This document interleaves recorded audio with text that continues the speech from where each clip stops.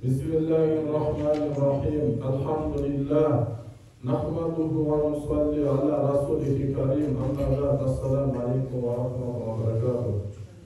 Hurmatlı Müslümanlar, bugünkü bizim söyleşeceğimiz temamız qarız, insanın balıkta olan yolkeçilik. Qarız aldı berdi mamile.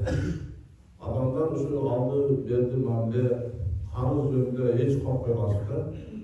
Qarız degan öte çoğ mesele. Aldı okuyuz. Başından da reklama ayıp koyup. Şahit olup ölsün dahi bardı günen geçirler, biri qarzın geçirmeydi. Şahit olup ölsün dahi qarzın geçirmeydi. Peygamberimiz sallallahu qarız bo'lgan odamlarning janozasini o'qigan emas. Nega o'qish ya Rasululloh deganda, men o'qigan bilan al qarzdan qutulgandan keyin ana o'qigandan keyin o'qigan.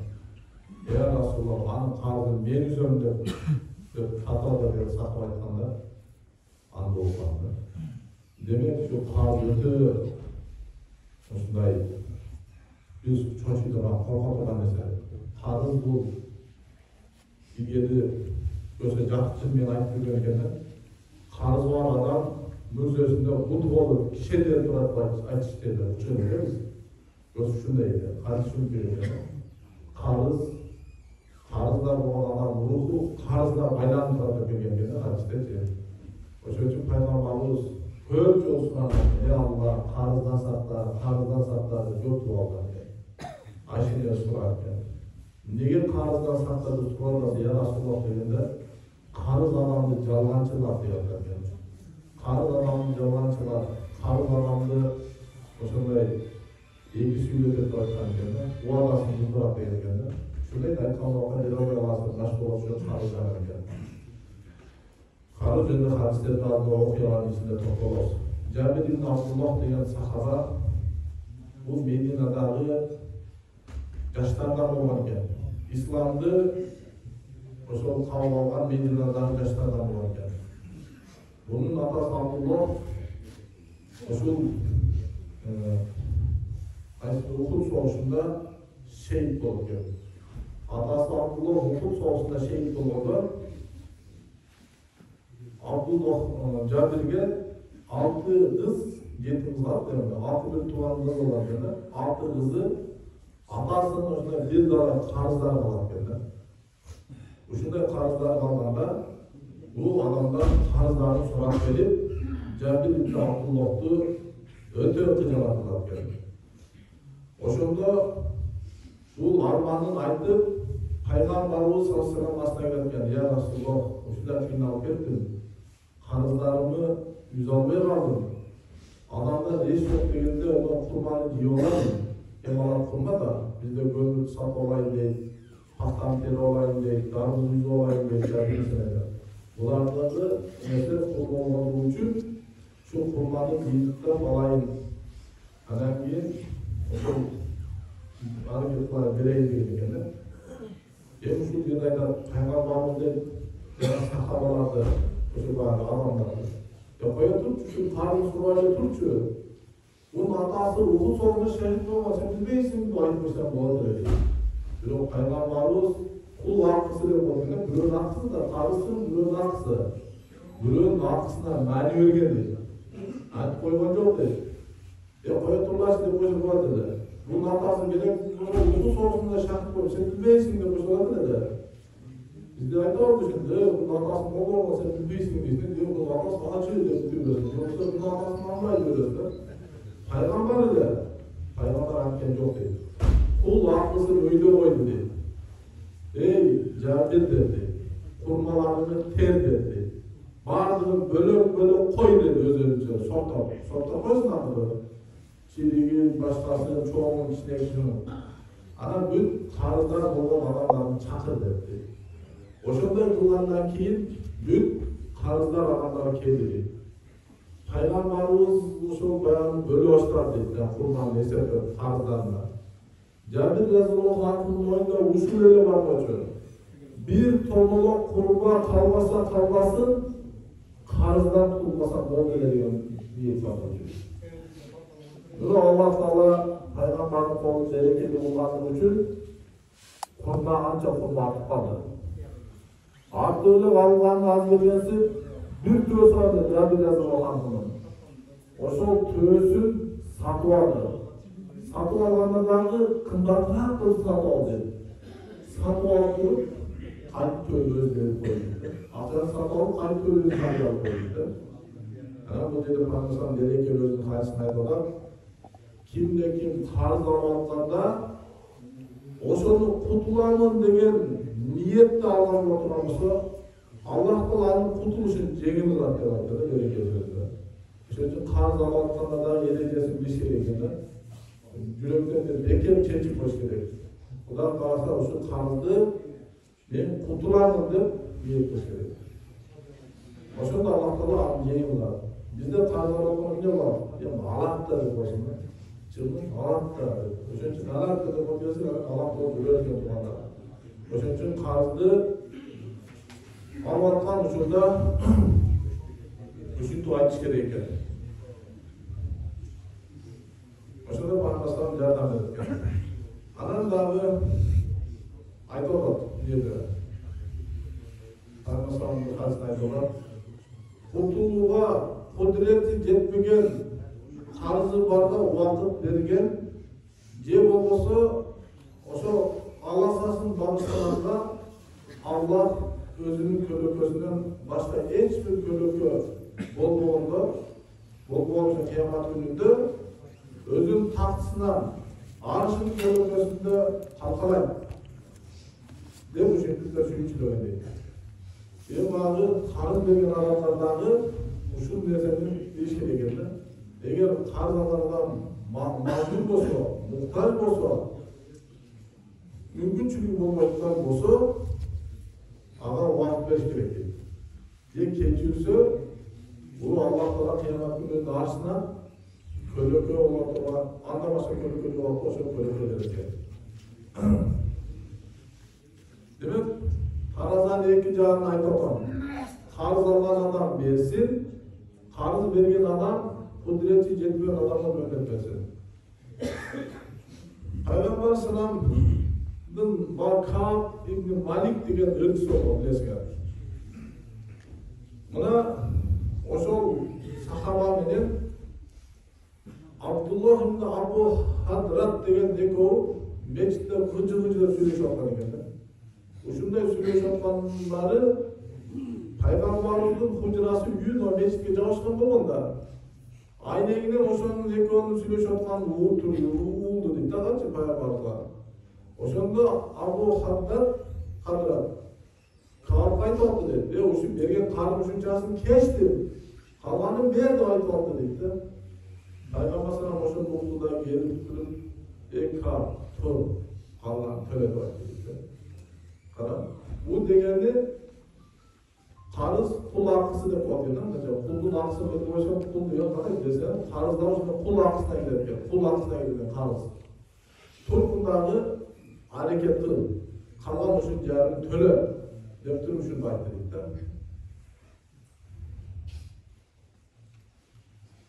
Oşonu Allah Teala Kur'an'da aytırken karızdan kıynalып жатқан болсо мүмкүнчүлүк болгонго чейин böyle belgilerde Allah Teala Kur'an'da aytırken bu жөнүндө. Ушундай.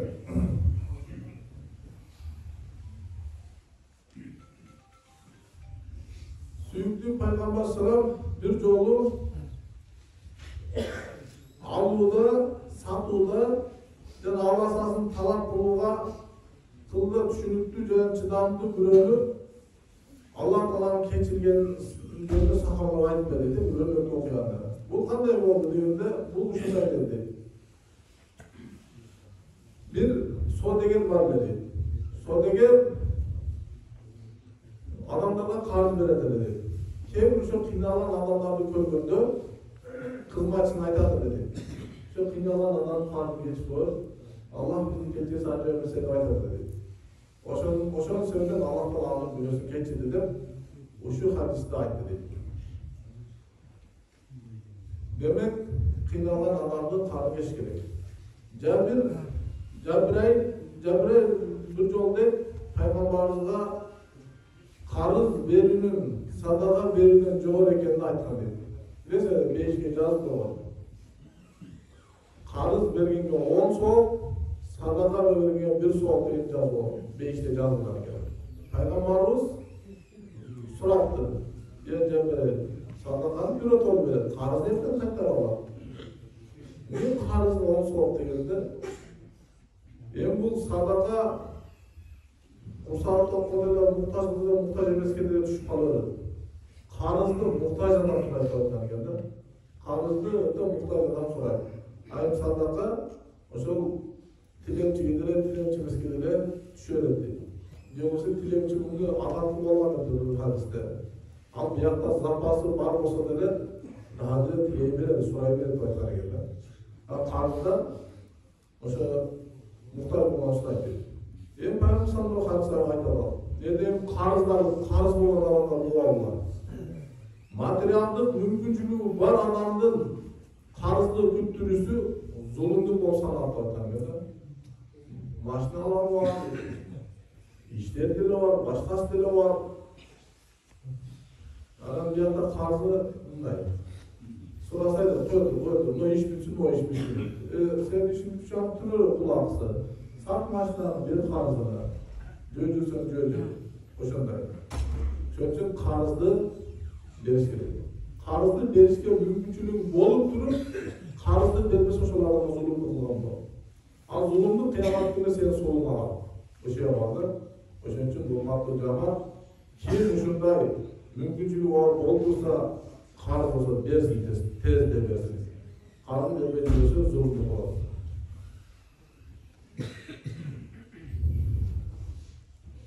Балда болушун отурган атакия толтурбайлы, батыш жылышып сразу. Пайгамбар салам айтат. Кандайдыр бир буюмду төлөө ниети менен алган адам Алланын алдында уруу катарында көрүлөт деп айткан да. Бирөөдөн карыз алып атканда ошону бир кирей дедем деп ала турган болсо, эптеп берип бар, бир нерсе бербей амырып үчүн ала турган болсо, бул адам уруу экен да. Алланын астында уруу болуп эсептелет экен.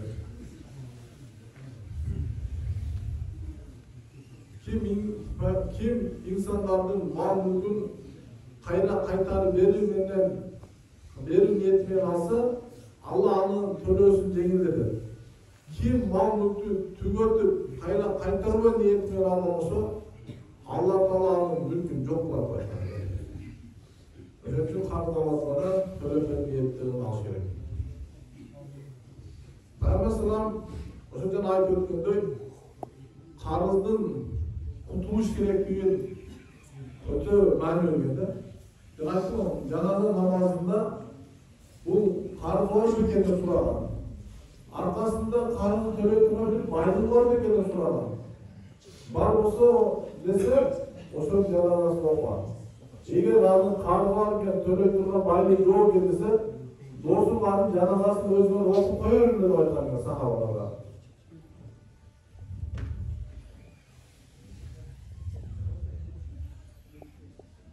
Эми ошону айтат да.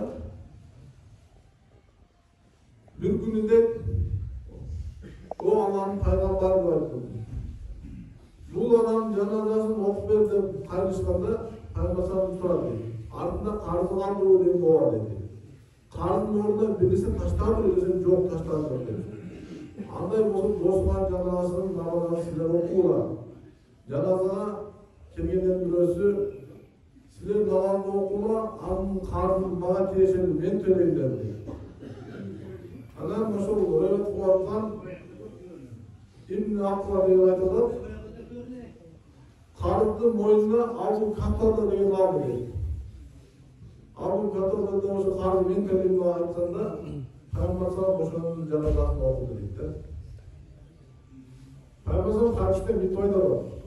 Момундун руху төлөнгөнгө чейин карызына байланып турат деп айтты да. Төлөнгөнгө чейин карызына байланып турат анын руху деп Пайгамбар ушул хадисте айтылат. Абу Катада жанагынын карызы мен төлөйм деп айтты го. Кейін пайғамбарды алып катадан көрген айтады. Жаңағы қарызды төлеп қойдым, не oldu? Жолыққан сайын айтады дейді. Қарағым, ошол үчүн қарызды ушундай кылыш керек. Төлөш керек. Бул жерде пайгамбарыбыздын жаназасын окуган себеби пайгамбарыбыз мээрим пайгамбар эле. Мээрим пайгамбардын жаназасына кул кылган адамдан бакытсыз адам да бар дейт. Ошон үчүн ушу бакытсыз болуп калбасын деп пайгамбарыбыздын жаназасын окубасын ушу бечара деп ушу кабылкатада эме кепилдик өттү. Ошон үчүн бизде дагы карызды мен үзөм деп айтат го. Ошо карызды мен үзөм деген адам ошо карызды үзүш керек. Далил менен көзүнөн келсе үзүш керек. Адам өткөндөн калган байлыгын ошол карызына сакташ керек. Карызын биринчи жашырганда карызын анан осуятты, анан мурасына кетет. Пайгамбарыбыз айтты. Алла кыямат күнү тирилтип эсепке тартканга чейин кабырда барымтага алынган бир адамдын жаназа намазын окуганынан силерге кандай пайда тиет деп айтты. Ошо жанагы карыз бар адам окуй болгондо пайгамбар ушундай айткан экен. Эмне окуйсуз дегенде, ал кыяматка чейин карызында барымтада турган болсо аны окуганда кандай пайда болду деп айткан экен да.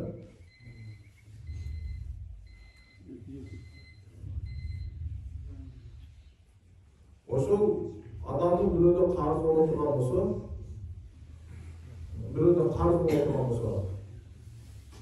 ошол кишиден акысын төлөп бериш керек экен, же кечирүүсүн сураш керек экен да. Ушун кечиш боюнча мен төлөй албай атам депчи. Ушун карыздын боюна сак турбаш керек экен.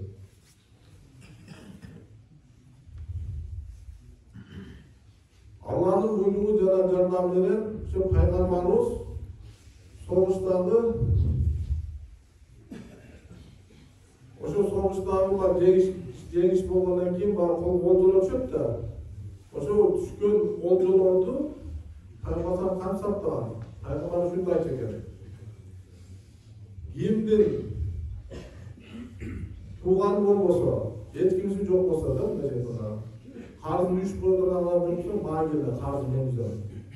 Кимдин багар көрөр жакын тууганы болбосо, мага келе, мен ошо багып карайм дейт, ошо түшкөн олжо эсебен. Мындай айтканда. Эгерде анын туугандары боло турган болсо, жакындары, ошо баланда ошо карасын, туугандары ошо карызын үзсүн деп айткан экен да.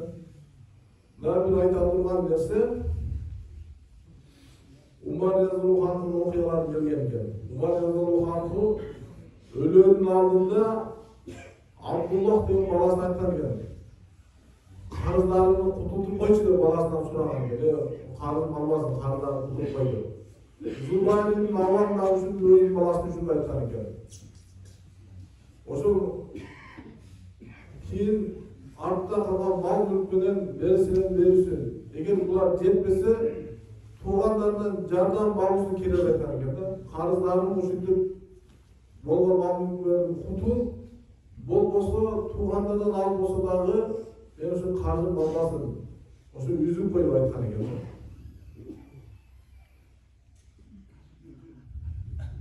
Ошондой туугандар. Ошон үчүн карыз маселеси өтө чоң маселе экен. Бардыгына окуп айткан жетишпей калды да. Кыскасы айтканда, Аллах жолунда согуш өткөн болсо дагы карызың боло турган болсо, ошол карызын кечирбейт деп айткан экен. Муну ушул пайгамбарыбыз берекелүү сөздөрүн айтылат. Ошон үчүн келебиз. Ошон үчүн айта турган нерсе ушул турганда, карыздарыбызда болсо кутулайлы. Карызга мындай дөңгөн кош болбойбу. Карыз менен өткөрсөк, баары чатак болуп келет. Subhanaka ve bihamdika eşhedü en la ilahe illa ente estağfiruke ve etûbü ileyk. Allah Teala bari kanundan saklasın, mevzuda ibadet eder, kolay olmasın, anlaşılmasın Allah'tan. Azı veya mevzusu geldi, bari Prezidentimiz ukazın, onca kişidir, özünün sözler aytın, ya mikrofon yapmasın, ya konuşturuyor. Mikrofon var da.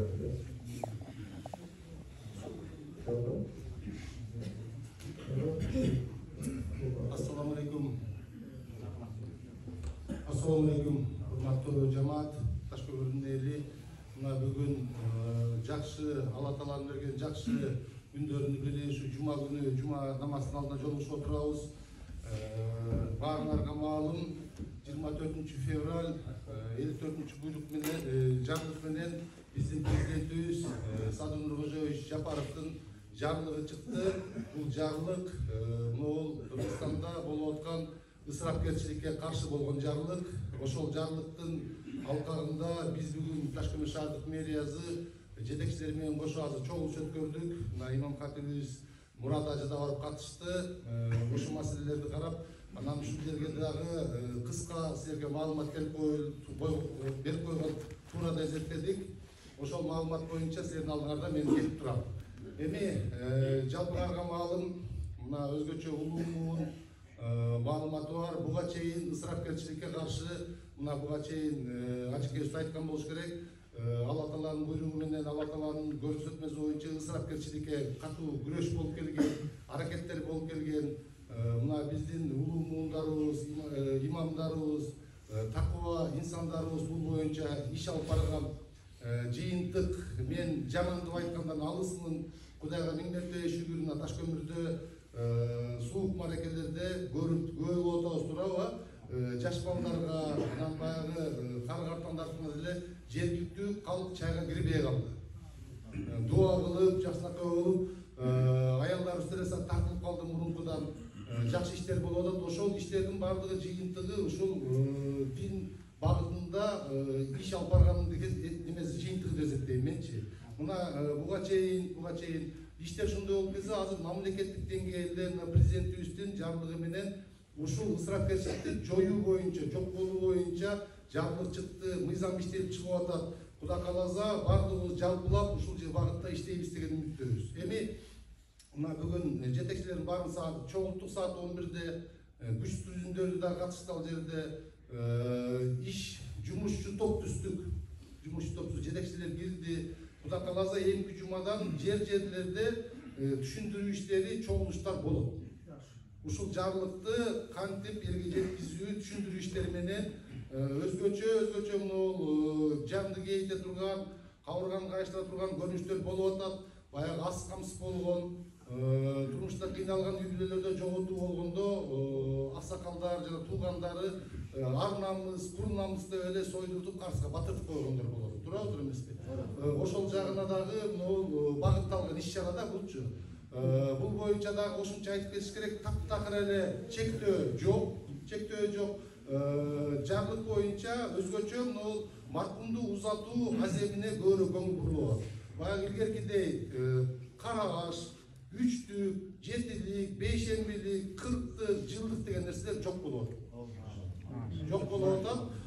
Карамал союу таптакыр тыюу салынып атат карамалды сойгонго. Карамалды эч кимди укпай, жаракат салгандарга мыйзам чегинде жаза берүүсү да каралып атат. 150 000 сомго чейин штраф каралып атат. Ошону ал эми жанагы тойлорго, сүннөт той, үйлөнүү той, кызы берүү той, бул боюнча дагы маалыматыңар бар. Маалыматтар жок болсо мен да кичине маалымат берип коеюн. Бул боюнча жогорку кеңеште мыйзам иштелип чыгып атат. Анын автору Улукбек Ормонов баштаган демилгелүү топ. Бул 2 окуудан өттү уже буга чейин, эми 3-чү окуусу өтүп, президент тараптан кол коюлса, уже мыйзам ченемде иш жүрө баштайт. Кече күнү мен Бишкекте жүргөндө бир аксакалыбыз чалды мага. Айрам кетейин улум. Мына мен марттын аягында небере той берейин дедим, кандай болуп калат деди. Мен жооп бердим, аксакал, мен азыр командировкадамын. Жарлык кече чыкты, барайын, карайлы. Анан ошого жараша жооп беребиз деп. Ошол мыйзам боюнча ал жерде дагы чек коюлуп атат. Баягы мурункудай ашачан ысырапкерчилик жок. Бул тойго мындай, үйлөнүү тойго мындай, кечки саатына чейин көрсөтүлүп атат. Кечке саат 11-ден ашпасын. Бир күндөн ашпасын. Жанагы неме болгондо, үйлөнүү той болгондо замбыратып, жиптеп деп алып, 10 чакты машина эле болуп атпайбы? 3төн машина ашпасын деген нерсе болот да. Бул дагы мынтип караганда жакшы нерселер болуп атат. Ошолорду биз дагы могул мусулман эл катары, мусулман адам катары, мамлекетке мыйзам чегинде баш ийген адам катары ошолорду биз сакташыбызга туура келет. Мен айтайын дегеним, силердин алдыңарга келип чыгып айтып атканым, мына эмки жумадан 7 аймактардан тең бизде ушундай чогулуштар жүрөт, жана жумушчу топ иштейт. Түндүк айлыкта, Тынчтыкта, микрорайондо, Шамал-Сайда, Теңдикте, Кызылжарда, ошол жерге график боюнча коюлганда кайдыгер калбастан келип ошол талкууларга катышып берсеңиздер, урматтуу туугандар. Катышып, ошол жерге сөзүңөрдү айткыла. Баягы мурда могул жумага ушу такоо адамдар келет, намаз окуган адамдар келет. Мурун баягы сөзүңөр кыска болуп жетпей аткан болсо, азыр мына мамлекеттик деңгээлде ишти биргеликте алып барабыз. Кудай кааласа.